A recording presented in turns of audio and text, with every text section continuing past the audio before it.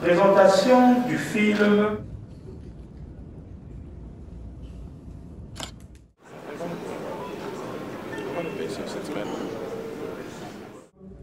du décret par son Excellence, Monsieur le ministre des Désenclavements. 6 et enfin,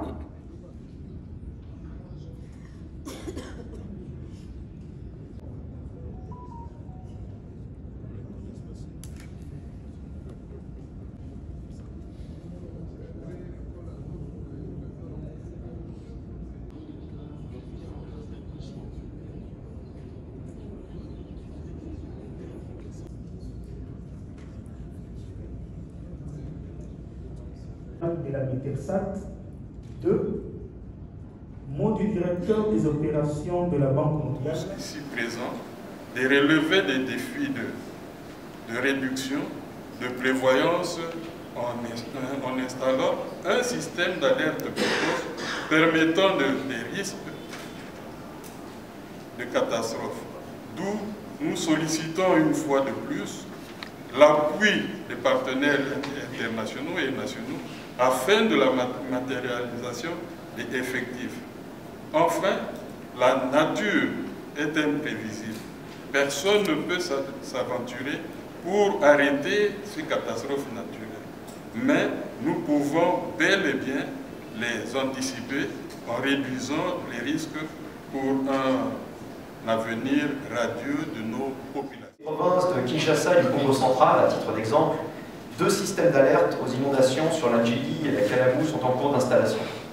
Les alertes seront émises en fonction des informations produites par un réseau des stations météorologiques et hydrologiques automatiques installées le long de ces cours d'eau.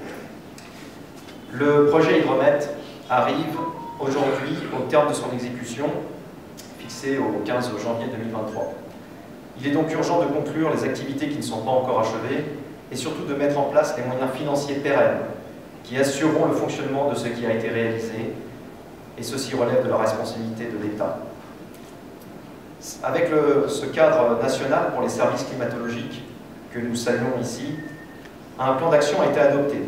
Ce plan définit une méthode d'évaluation et de suivi qui repose sur une bonne marche des 3 instances de gouvernance.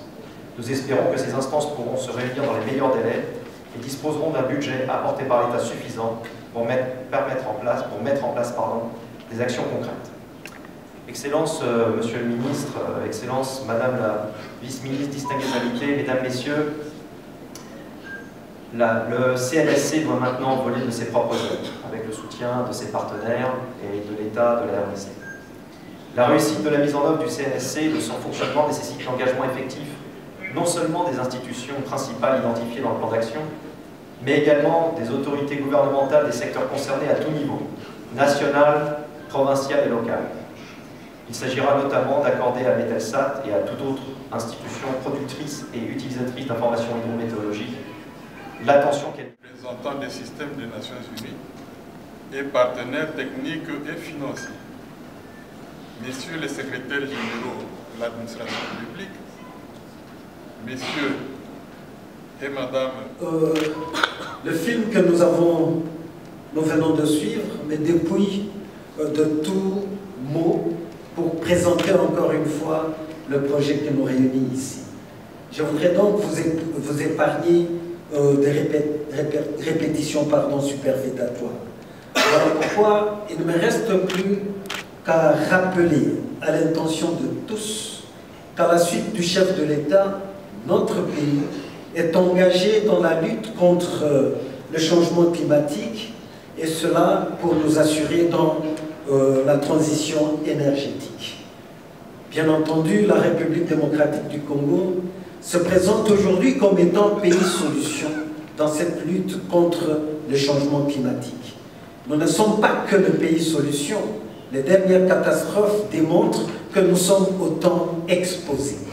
Voilà pourquoi, en tout état de cause, je voudrais bien réitérer l'engagement du gouvernement de la République à accompagner ce programme de mise en œuvre du projet de renforcement des services hydrométéorologiques et climatiques en République démocratique du Congo, exécuté par l'Agence nationale de météorologie et télédétection par satellite, Mettelsat cible, avec le financement de la Banque mondiale.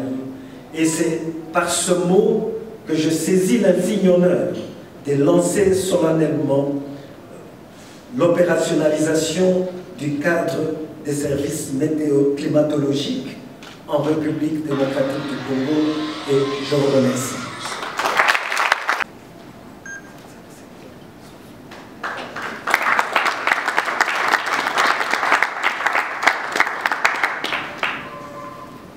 Le représentant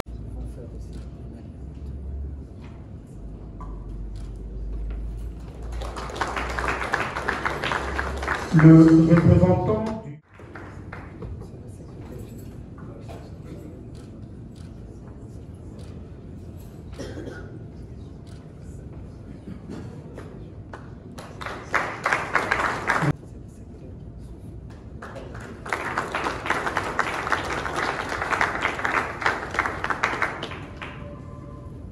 Le représentant...